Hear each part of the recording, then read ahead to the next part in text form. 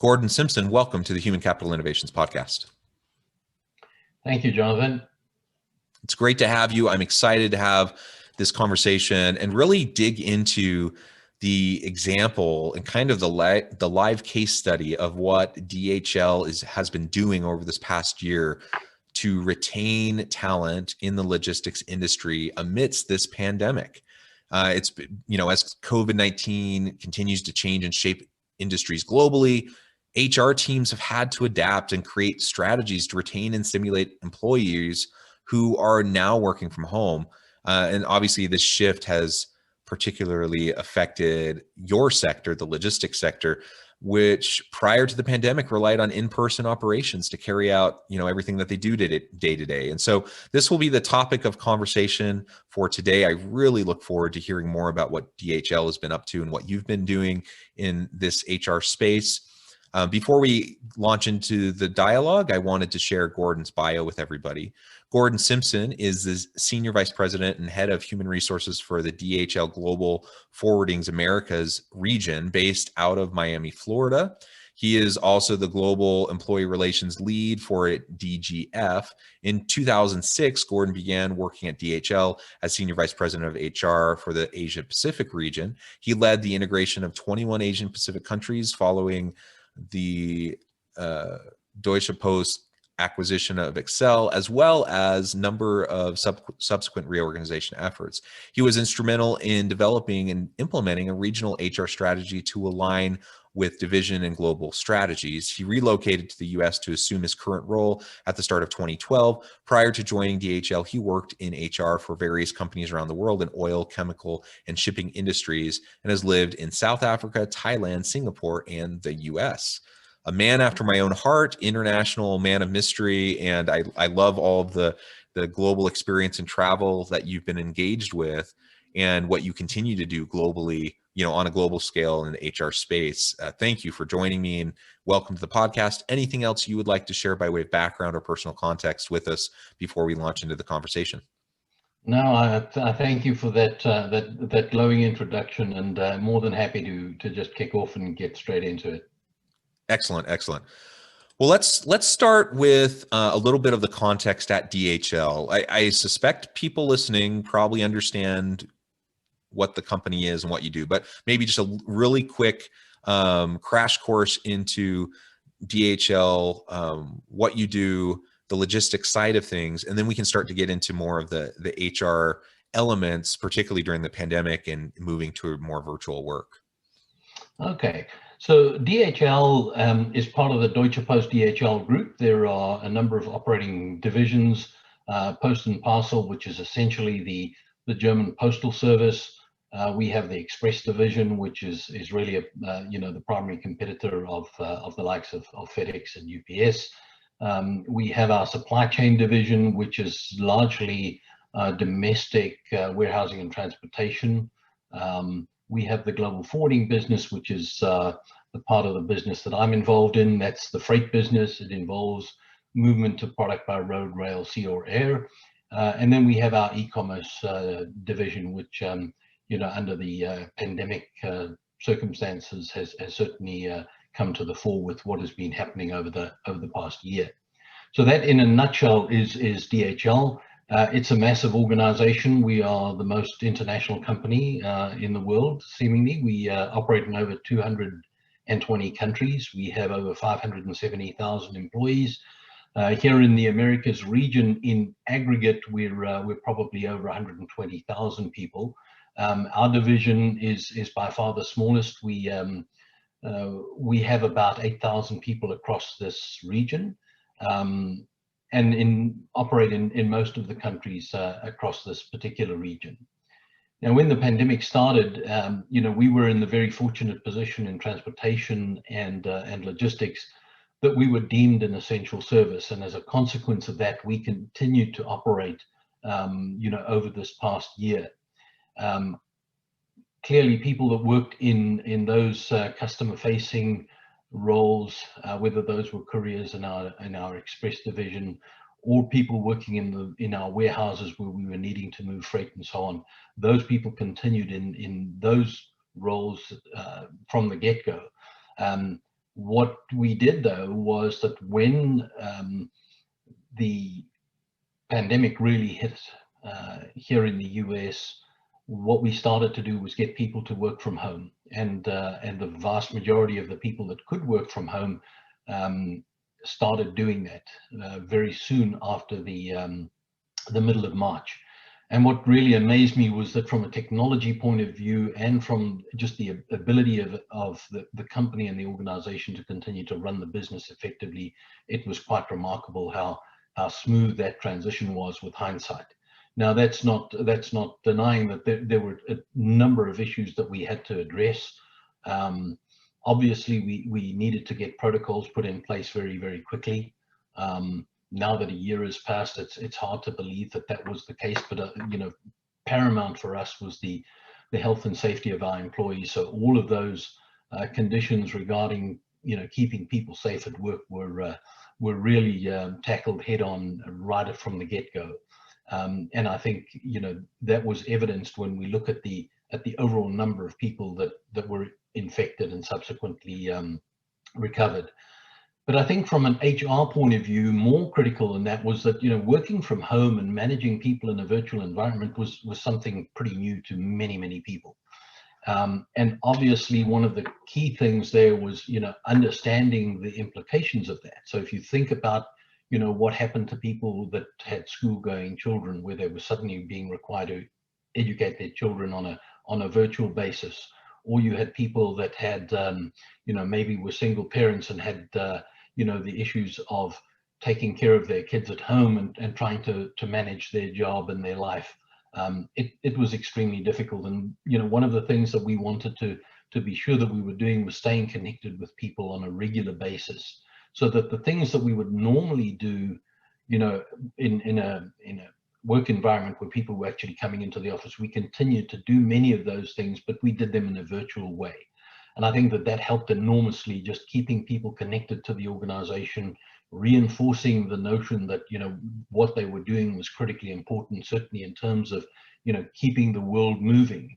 And if you look at DHL or DPDHL's purpose, which very simply stated is connecting people, improving lives, I think that was extremely important during this whole period. And what certainly struck me is that, you know, as a kind of purpose-driven organization, that was the first time I think that on a global scale that this really is something that employees across the world could buy into and really understand, you know, what it was that we were doing, whether that was moving PPE from China into the US or elsewhere in the world at the start of the pandemic, or whether it was, you know, getting shipments of critical stuff to people around the world during the pandemic, and then finally this issue of distribution of the vaccines. I think it's been really important because, you know, people suddenly start appreciating, you know, the value that the organization brings, and really in terms of that, you know, that purpose of improving lives and helping people on a global basis with the work that we do on a day-to-day Yeah. basis was critically important.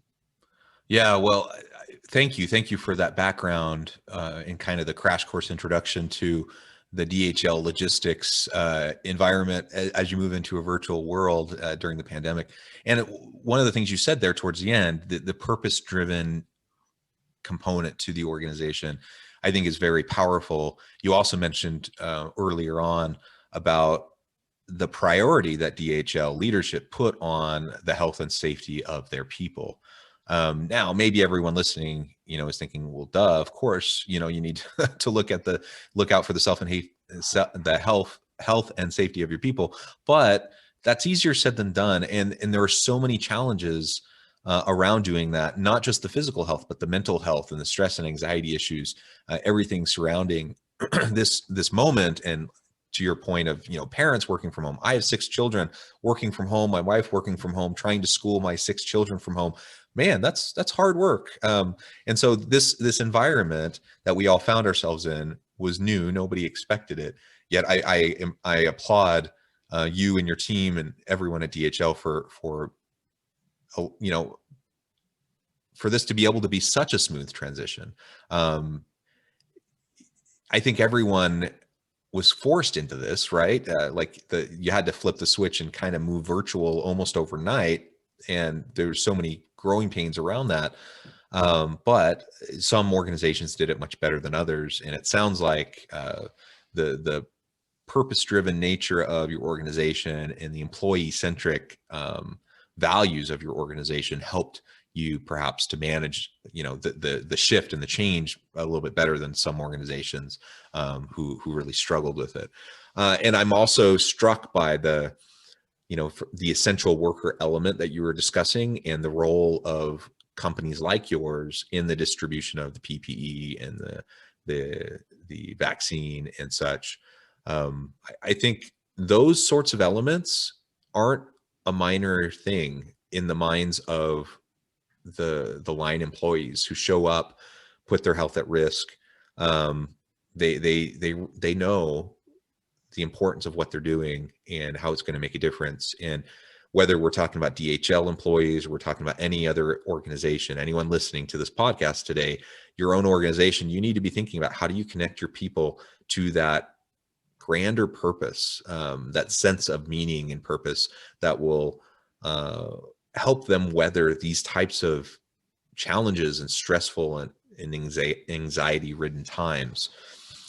Well, let's talk a little bit more specifically then about the logistics side of DHL and looking at the HR component in relation to those logistics and attracting, retaining, and engaging, motivating your people during this really rough year amidst all these constraints. What were some of the things that you and your team at DHL did to try to tackle that? I think there were a couple of things, and three kind of big buckets that maybe worth talking a little bit about. I mean, one is around the retention issue. So retention in the sense that under normal circumstances where people would attend training programs and the like, one of the things that we found very soon after the middle of March of 2020 was that we couldn't just stop many of those activities in their tracks. So we, so much of the training and development activities that we would normally do face to face, we had to figure out ways to be able to do that virtually.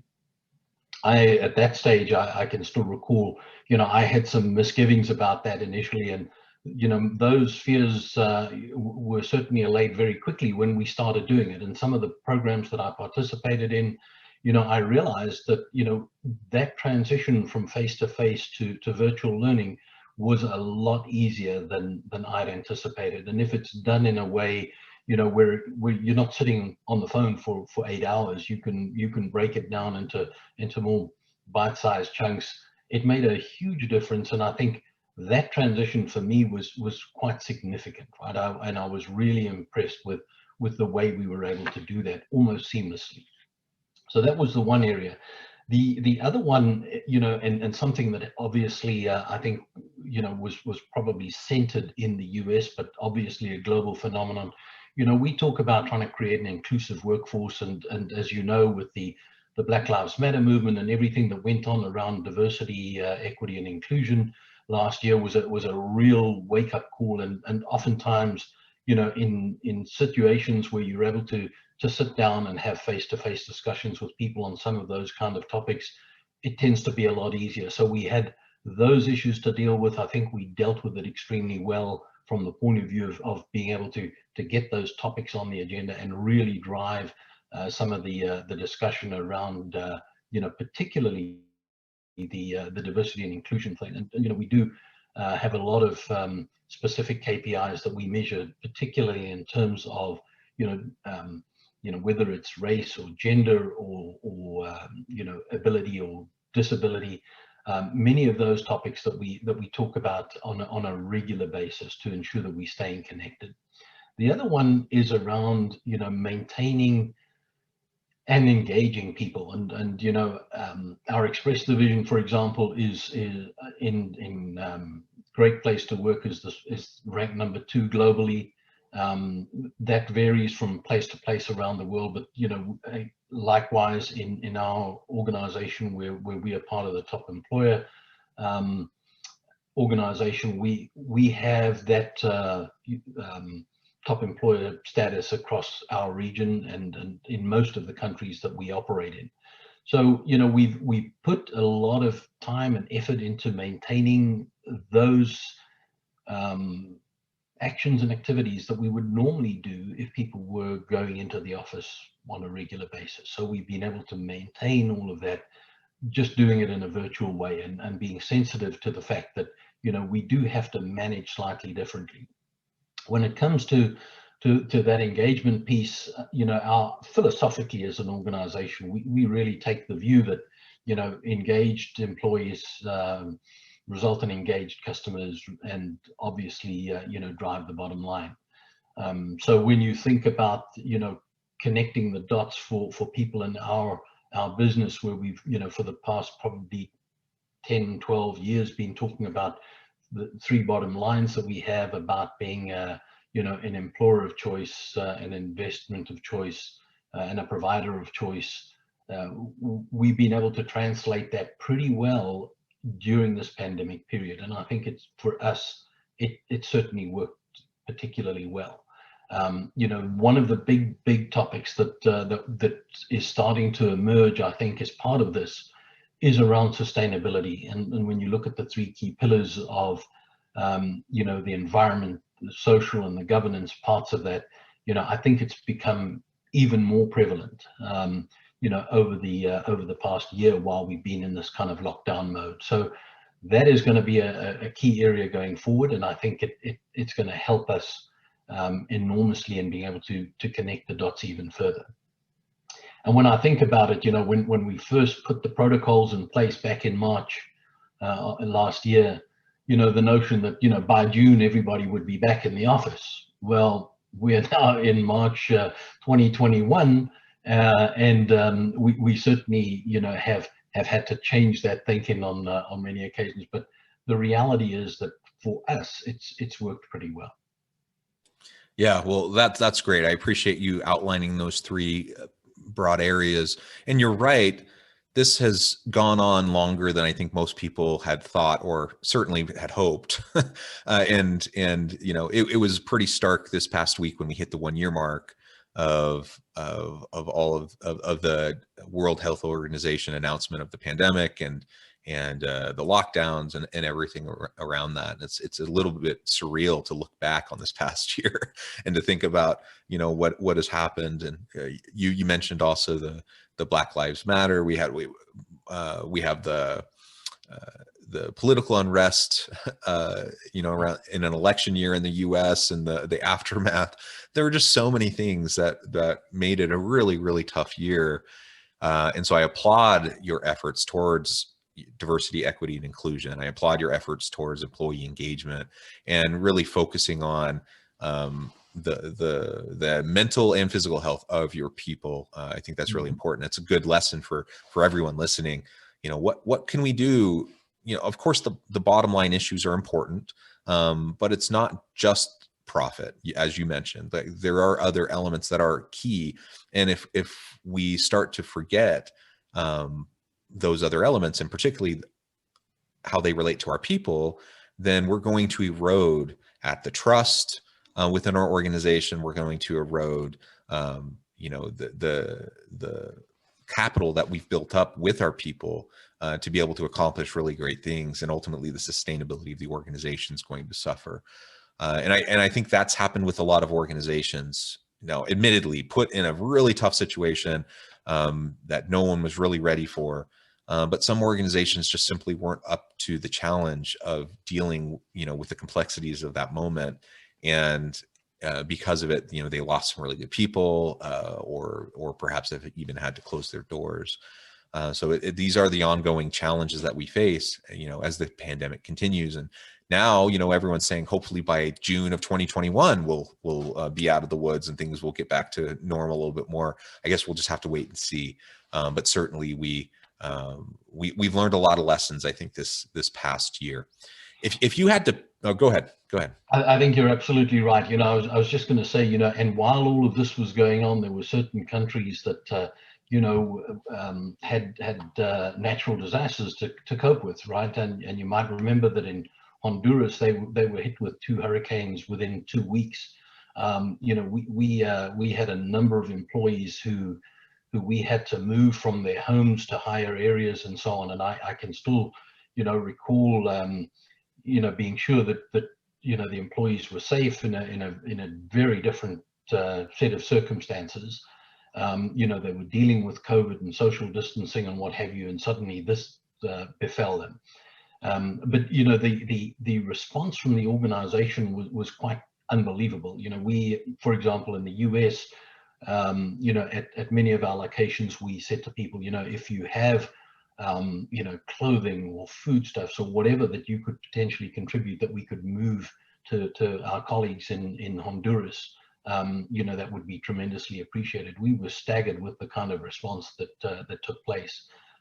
We also set up a GoFundMe page for people to contribute to their colleagues. We have a global program called We Help Each Other, so that where these things happen, from a global corporate perspective, we provide assistance.